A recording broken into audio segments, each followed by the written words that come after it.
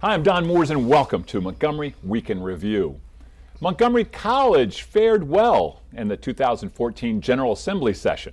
Susan Madden, the Chief Government Relations Officer for the college, has all the details. The Affordable Housing Conference of Montgomery County will celebrate its 23rd year by honoring two prominent housing proponents this year. Barbara Goldberg Goldman, the co-chair, is here to tell us when, where, and how this great event is going to take place and how you can still attend. CASE was established 16 years ago to provide mental health and other services to support adoptive children and their families and these special children. Jeffrey Slavin will report on this organization activities and tell us about a special event coming up in the near future. El Tiempo Latino has been published since 1991 with its mission to build bridges among the Latino community in the Washington area as well as with the communities around it. Alberto Avendano is the editor-in-chief. He's here to explain. Susan Madden, welcome back. Thank you.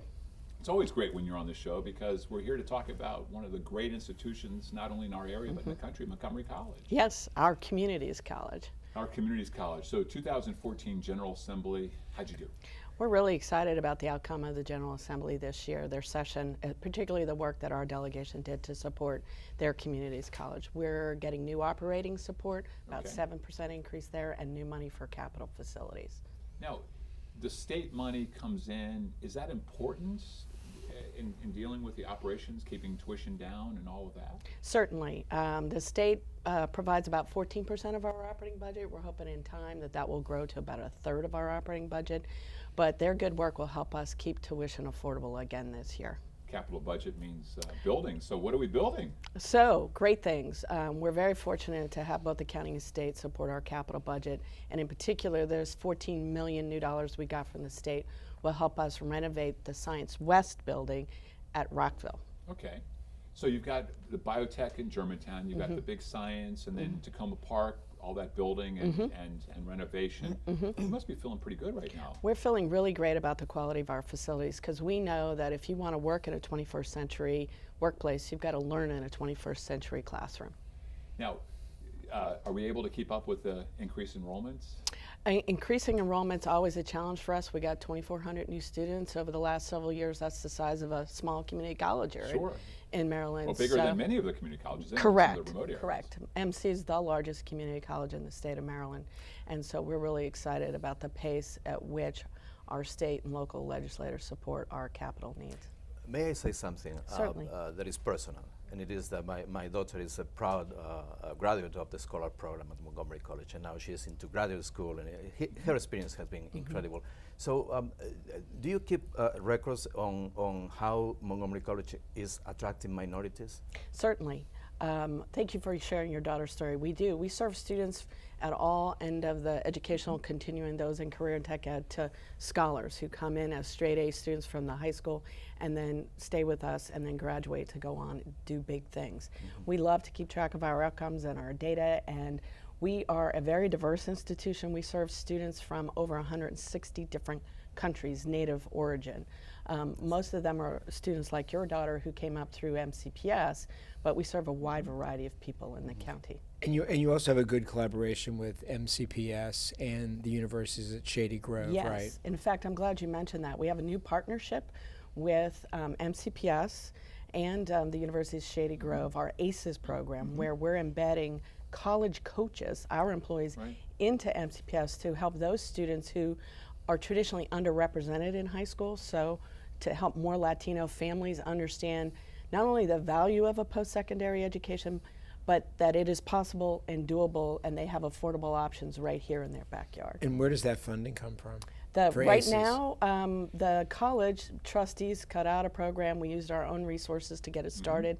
Last year, the county council gave us about $500,000, and then Jeffrey knows that our foundation has been doing tremendous work to raise scholarship dollars to help students actually afford their college education. And we're going to be collaborating the Affordable Housing Conference in Montgomery College, as well as PNC Bank, SunTrust, and Capital One are going to be collaborating with you on May 2nd for a 2-hour literacy training program that will attract graduating students from Montgomery College who are coming out of school with enormous debt, and hopefully we'll be able to help them address those needs. Yes.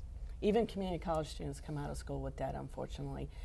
About a quarter of our students are on Pell Grants. That's the financial aid for really needy students, and the average household income for those students is about $27,000 a year, which is not much for Montgomery County. They can't afford to live here if that's what they're making. Right. So this literacy conference for these students will be tremendously helpful. Let's go back to the General Assembly a little bit. I helped create a scholarship fund for the college Yes, as you well, and but even with the good works that the foundation doing, organizations like the one that I helped lead, there's still a big need for scholarship money, isn't there? And the General Assembly, it's tough for them to step up to the plate on that. Certainly.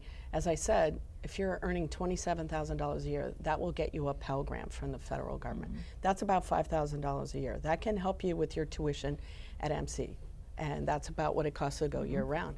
But if you're making more than that, you're not going to qualify for a Pell Grant. And if you're making, what's it take, $80,000 for a family of four to live in Montgomery County, Right. and you're not going to be able to afford Montgomery College. So scholarships for Montgomery College students, even though we are tremendously affordable, are still important and very much needed. We've got about 40 minutes, or 40 minutes, we've got about 40 seconds left. Plans for the next year. What's, the General Assembly did great things for you, or some good things for you this year. What do we look at for next year? Well, we're hopeful that next year the General Assembly will keep working on their efforts to really provide about a third of our operating budget, which is vital to us because that allows us to hire faculty, because if you're growing enrollment, you have to have teachers in the classroom. But most importantly, to use that to keep tuition affordable for the students here in the county. Well, Susan, keep on keeping on. What a great resource we have. Thank you very much. Barbara, welcome. Thank you very much. It's been some time since you were on. It has, and it's a pleasure to be back. We see your face on elsewhere in the cable world, but it's good that you're here. This is the proper place And to I be. like being here, so Best thank show. you. So, right, exactly. The conference. Tell us about the conference. Okay, May 2nd, beginning at 8 o'clock in the morning. We have a full day of learning, listening, debating, discussing, and networking. We're working with lots of private sector and public sector organizations. What's the title of the conference? Let's start off with that. Affordable Housing Conference of Montgomery County. Okay. And we're talking about how if housing is good, our economy is good. And if it works for housing, it's going to work for the economy. And in fact, we were just talking about what it costs to live in Montgomery County when we said that $27,000 don't do it. For a two-bedroom apartment, it doesn't. So, on this show, we talk about affordable housing quite a bit, and it's been a topic in Montgomery County for a long time. Yes. Back to when I was born, still talking about affordable housing. We're still talking. We're on it now, 50 years later. Your conference has played such a big role in keeping the topic on the front of people's mindsets. Are we making progress? Well, and if we do that, we've got a website that you can direct people to learn about, and a Thank phone you. number, I guess. Thank you for asking, www.affordablehousingconference.org. Okay. And you can learn all about our organization and our conference. And a phone number too, is there? The phone number should be up on, I hope, on the screen Okay, here. what is that? We've just changed Okay, it. no problem. But go ahead, tell us more about what, are we making progress? So we are making progress, but the more progress we make, it seems like the good news is that everybody wants to come to Montgomery County and live. And so while we have, I believe, another 12,000 units of affordable housing under the Leggett administration has been created and maintained, we still need a lot more. And so we have a long way to go, miles to go before we sleep. Well, part of it's because many people believe affordable housing is only for poor people. And in fact, in Montgomery County, it's for our teachers, our police, firefighters, people that work in retail stores. And a lot of them have to live far away, and that's a problem for all those. Exactly right. Affordable housing addresses workforce housing, and those are the people that you talked about. And in fact, a study was done a while back for firefighters, and 70% of them live in Frederick. So it's a big problem for us. You're absolutely right. And children who were born here, they can't afford to live here. But we just got out of a terrible bubble that destroyed the expectations and the hopes of many families. Hispanic community was extremely affected by this bubble. Yes. How an organization like yours can help to rebuild the American dream? Well, what we hope to do is to keep the issue on the front burner. We hope to address those solutions that we believe can address the problems of a lack of affordable housing. And we welcome everybody to attend. This year, Gene Sperling, the former director of President Obama's Economic Council, National Economic Council, and he was the assistant director under Clinton for the same office, and Representative Barney Frank, both who are leaders in the area of affordable housing and housing finance. So if they come to our event, they'll be able to network, they'll be able to attend 4 different panels that will be very, very substantive in terms of being able to take the information back and doing something with it.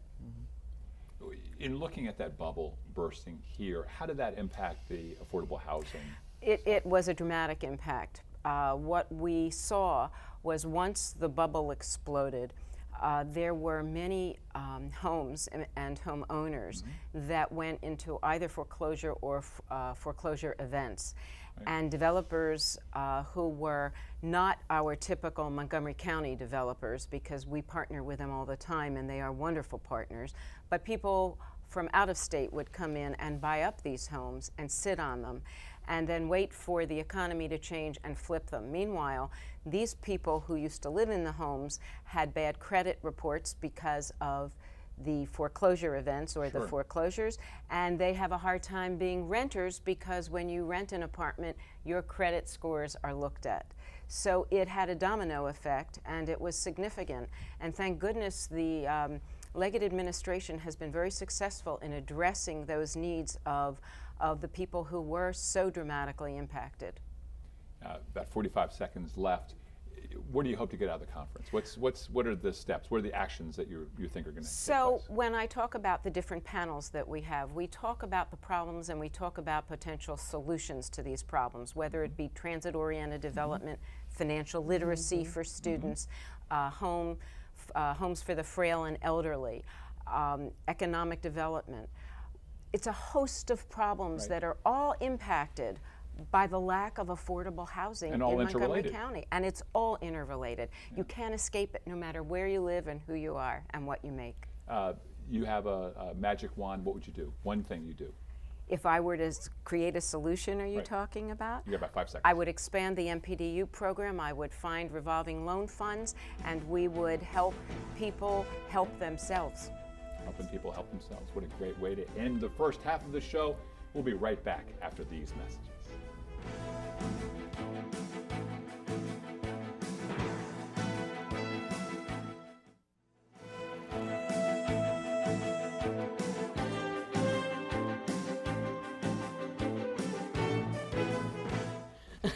Hi, we're back. Jeffrey Slavin.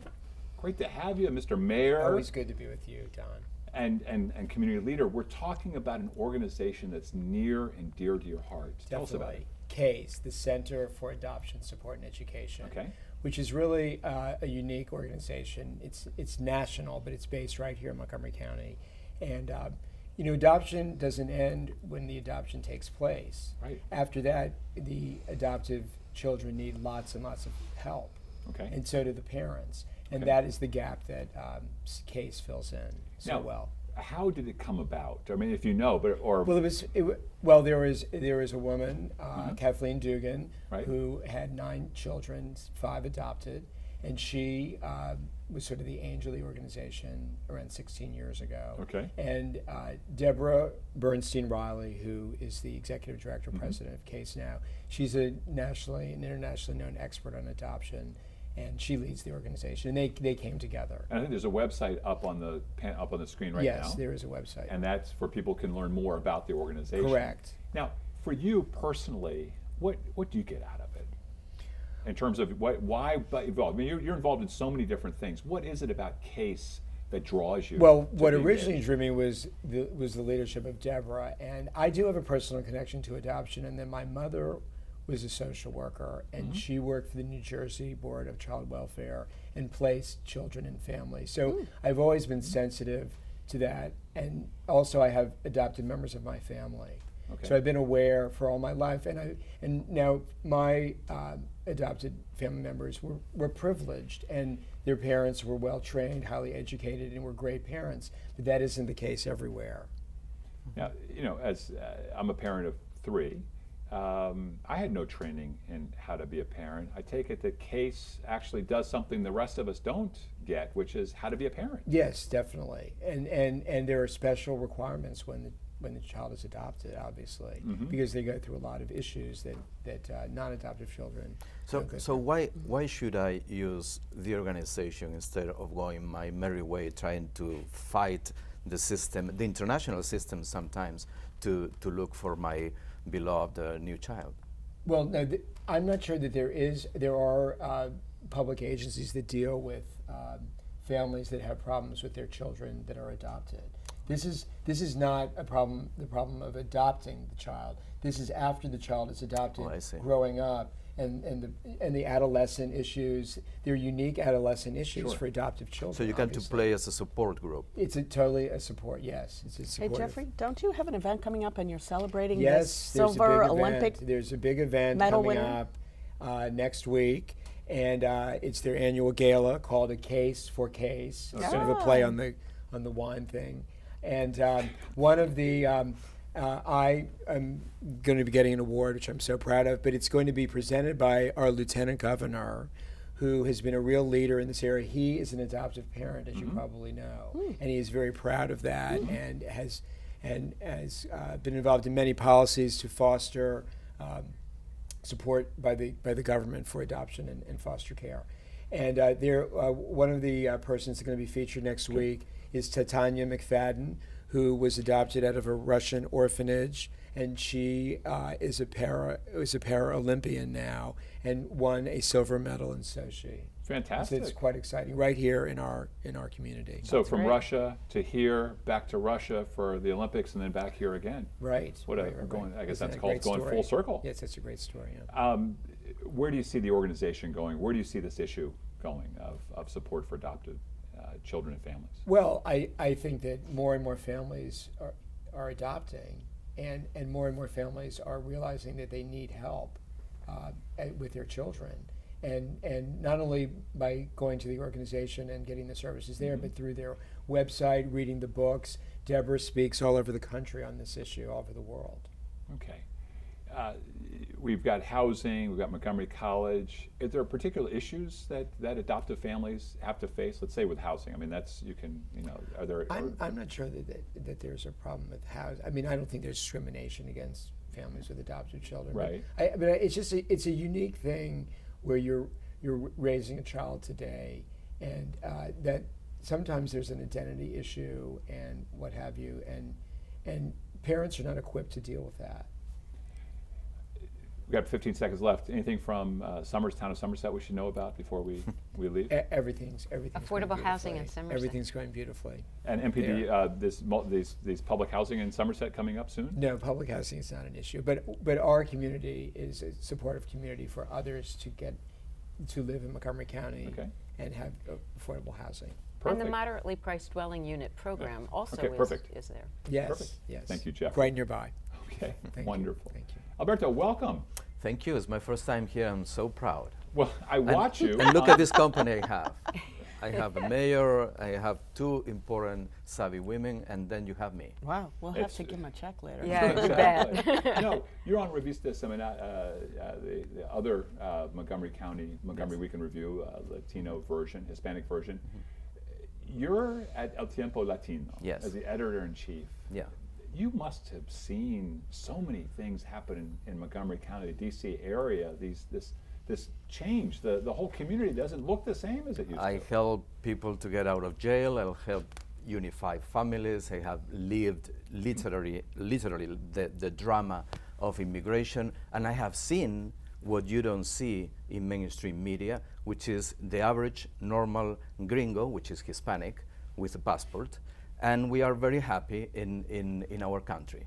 And you don't see those. I don't see my wife, I don't see my children, I don't see my friends in English language mainstream media. I only see conflict attached to Hispanics.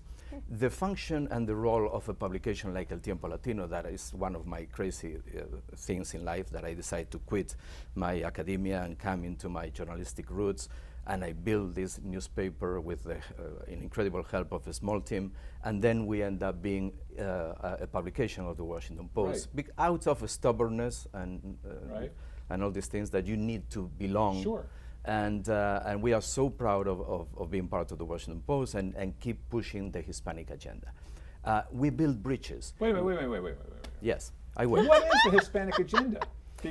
Because I mean, for me, looking at the Hispanic world, you've got Dominican Republic, you have Guatemala, you have Mexico, you have Argentina, Chile. Don't get me started on that. That's too complicated. I mean, that's a hemisphere. I mean, it's a hemisphere. So what is it? Because it's such a diverse community. The Hispanic But don't agenda. you think there's basic needs for everybody who lives here, that no matter what your color the is Hispanic or what agenda country of origin? is the American agenda. Exactly. The Hispanic agenda is the American agenda. However, there are nuances, there are idiosyncrasies that you need to know. Right. My mother-in-law right now, she lives in Texas and she is suffering Alzheimer's. I had just a compelling confrontation and relationship with a person with Alzheimer's this past Easter.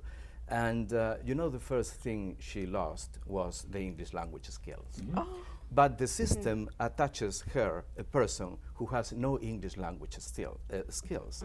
So she suffers, and there is a disruption there. It's 48 hours or a week crying until they figure it out. We need somebody who understands this person culturally, and in this case also linguistically.